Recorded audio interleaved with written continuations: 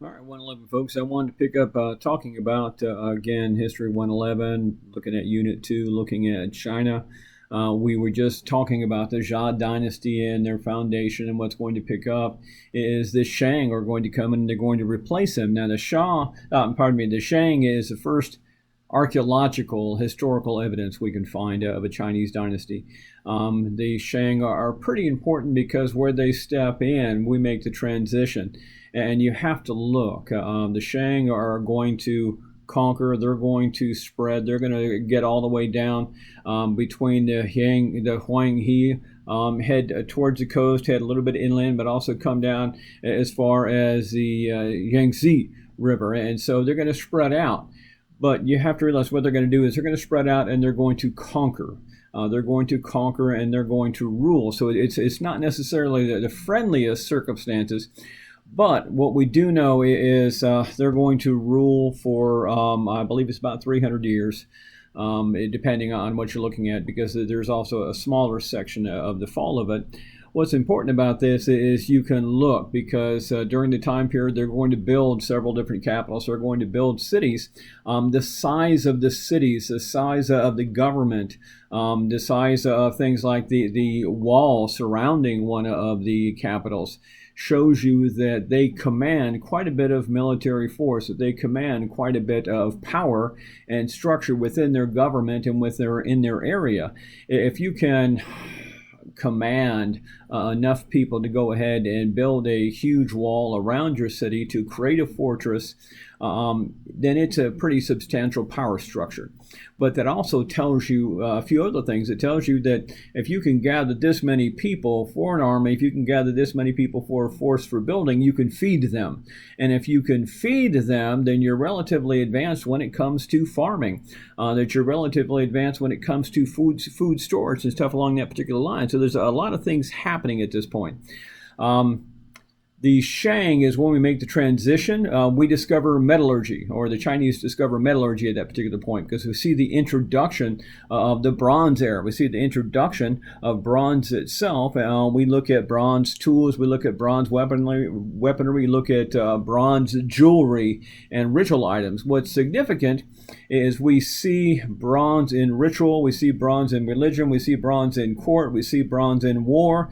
We see the introduction of weapons, but when it comes to farming, that doesn't extend to farming. We're still stuck in farming using Neolithic technology. We're still using stone implements and stone sickles. We're still using stone and wood plows at this particular point.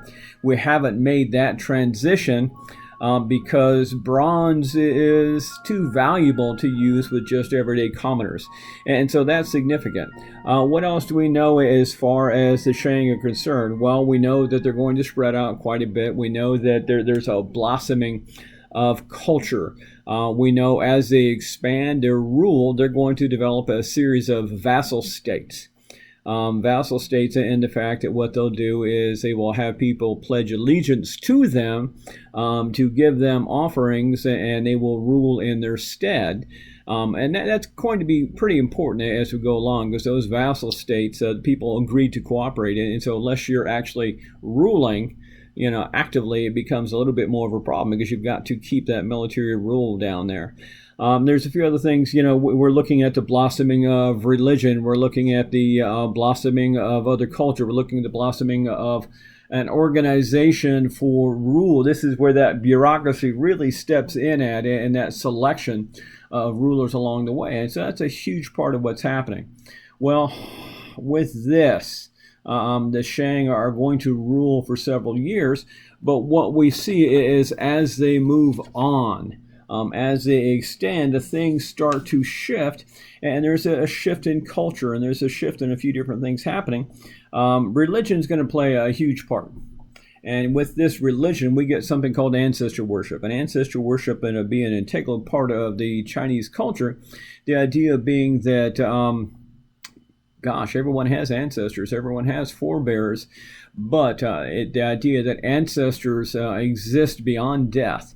That there is a physical world and there is another world beyond that, a supernatural world, and that these ancestors exist in the spiritual world. And they can interact with and they can influence the will of the gods, because we still are looking at gods, that they can interact with, influence the will of the gods to influence the physical environment around you. And so the idea of ancestor worship becomes pretty important, with the nobility having the better ancestors, with the emperor having the best ancestors. And since he can best appeal to his ancestors and he has the best ones, and they can better appeal to the gods and the creator beings. One of the things we see pop up in here with ancestor worship is going to be oracle bones. The idea that the priests can they can carve and embed symbols onto bones. They can go ahead and use the bones in a ritual, heat them up, and through the cracking of the bones, they can interpret signals and symbols from beyond the spirits, to tell what can happen in this. And we find, hundreds of bones from the record, which shows us the development of writing, the idea of the use of pictographs, but also we look at a combination beyond pictographs where we start to take certain symbols and combine the symbols. So it's an elevation of the pictographic language. What I thought was interesting is when you start reading about ancestor worship, when you start reading about what's happening here, you can find out about the king Wen, and you can find out about his wife, and you can get an idea of what's happening during the rule of the Shang. Well, here's what happens as we introduce these ideas. As the Shang evolves, as they spread out, they're going to have more trouble ruling. They're going to bump into some people that aren't going to be happy with them, and they're going to be the Chow. And the Chow are going to learn from the Shang, and they're going to start to disrupt the Shang. So as we get to the later part of the Shang period, we're looking at an evolution, and the evolution is going to be about the change in society, about the change in culture. We see a couple of different things. What I thought was interesting was we look at the introduction of the idea of the Tao and the idea of balance, and the Tao and Taoism is the way. And one of the things about the way is they talk about balance. They talk about the Yin and Yang symbol, and you probably see it's a circle with a circle halfway through the line itself, kind of a squiggle. On each side there's a dark side, there's a light side, and within the dark side there's a little bit of light. Within the light there's a little bit of dark. It's a symbol of balance. It's a symbol of light and dark. It's a symbol of the struggle in the universe to maintain this balance, and that's really what the Tao is about. It's about keeping this balance between civilization and nature, between light and dark, between, well, it's going to be related to male and female, which I thought was pretty interesting, because it begins as we look at the yin and the yang, and one is going to be the essence of male, and one is going to be the essence of female. The male is going to be the yang, and that's going to be the light, and that's going to be the sun and the warmth, and the yin is going to be the darkness.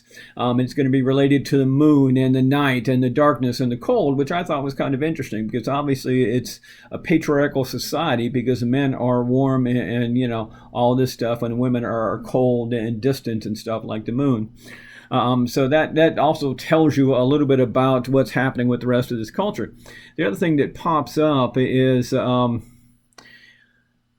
a slow corruption of society, a slow breaking down of society. And what you see is the birth of scholars. You see the birth of, or rebirth, I guess, of sages and philosophers at this particular point.